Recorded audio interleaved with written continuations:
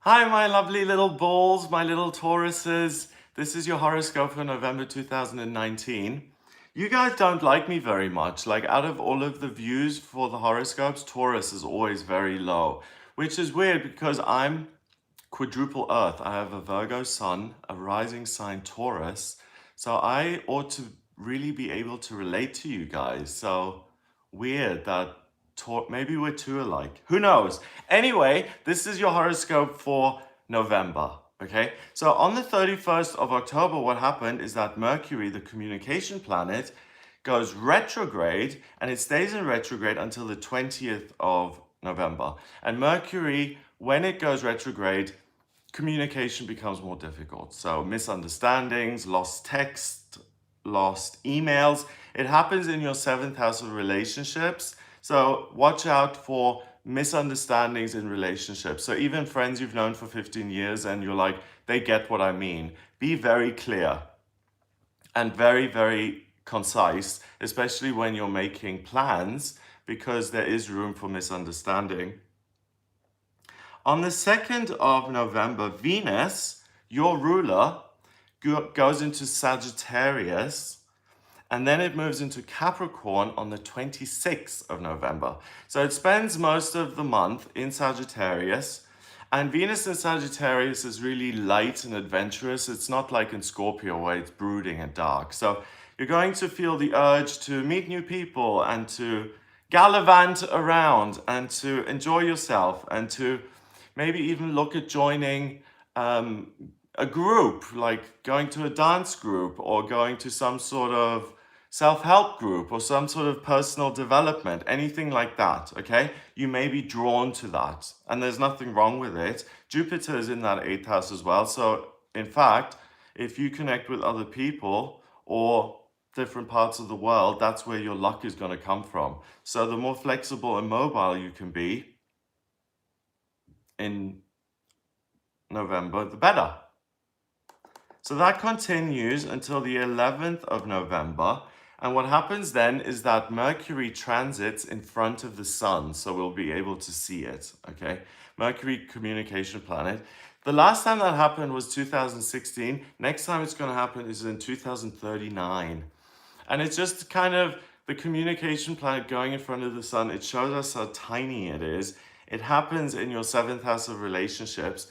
And it shows how one little thing can really affect something huge. So this retrograde can really affect your relationships massively. So your working relationships and your personal relationships, be very, very clear. I'm very British now, be very clear about what you're saying, because there is room for misunderstanding, okay? There is room for misunderstanding. On the 12th, we've got a full moon in your sign of Taurus. Hooray! So I'm going to make separate videos on the new and full moons, as I always do. But the full moon happens at 19 degrees. 1 and 9 is 10, which reduces to 1 in numerology. In Taurus, in your first house of self. So around the 11th, 12th, 13th, you're really going to feel good. But Uranus is also in your first house at 3 degrees in Taurus, and you feel really good. But Mercury is still retrograde, and this is the time where you've got to be extra careful because you're feeling yourself. You're like, damn, I'm fine looking. I've got amazing skills. I am the shiz, yo. That might put some other people off. So be sensible and put yourself in other people's shoes. Be considerate. On the 19th of November, Mars moves into Scorpio, and that's in your 7th. So Mercury goes direct the next day. Mars is the male principle. And now at the end of the month, from the 20th of November onwards, your relationships really heat up again. Okay, so they really improve from the 20th onwards. So you're just going to kind of watch yourself a little bit in terms of what you're saying and who you're saying it to. And on the 22nd of November, the sun moves into Sagittarius at 3 in the afternoon. So the sun in Sag is also in your 8th house. So you're going to be thrown into meeting new people, being parts of new institutions, companies, groups, religions, meditation practices. There's just going to be a group of people who come into your life and who may... So be careful, because it is during a Mercury retrograde. So if they hook you in with some sort of message, you may misunderstand it and join a group or cult that you don't even understand what it's about. People still do that. Like that Nick Sivim thing in America, where that one actress was part of a cult. It still happens. It still happens.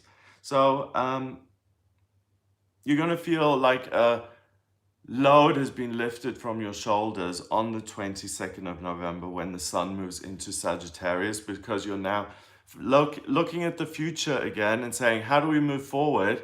Instead of saying, how do I feel? And let's go within, you know? So you're done with that at the end of the month. You're into relationships and moving forward. On the 24th, Venus conjuncts Jupiter, and that is one of the happiest, luckiest things that can happen. Venus, your ruler, the planet of love and beauty and creativity. Jupiter, planet good luck, good fortune, in your 8th house of other people, and technically sexual relationships. You, at the end of the month, can really find love and romance. So it goes from bad to amazing at the end of the month for you. At the 26th of November, finally, we have a new moon in Sagittarius, which pulls more of that optimistic energy into your 8th house. So you will be really optimistic about your future with someone else, or your connection to a company or a group. Maybe you've interviewed and they've called you back for the 3rd interview and you feel really good that you're going to be hired, you know, that kind of thing. So that's what I get for you in November. I hope you have a lovely month. If you'd like a personal reading with me, please get in touch via my website. It's gregoryscott.com. Click on the readings tab to order your reading. In my personal readings, I use astrology, tarot, and numerology.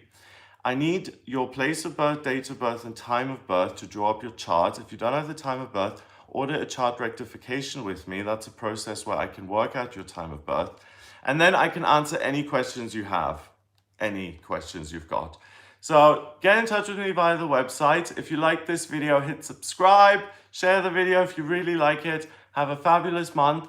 Mwah, mwah. Sending you lots of kisses, Taurus. I love you. I'm a rising sign Taurus, so I'm going to watch this video, even if you guys don't.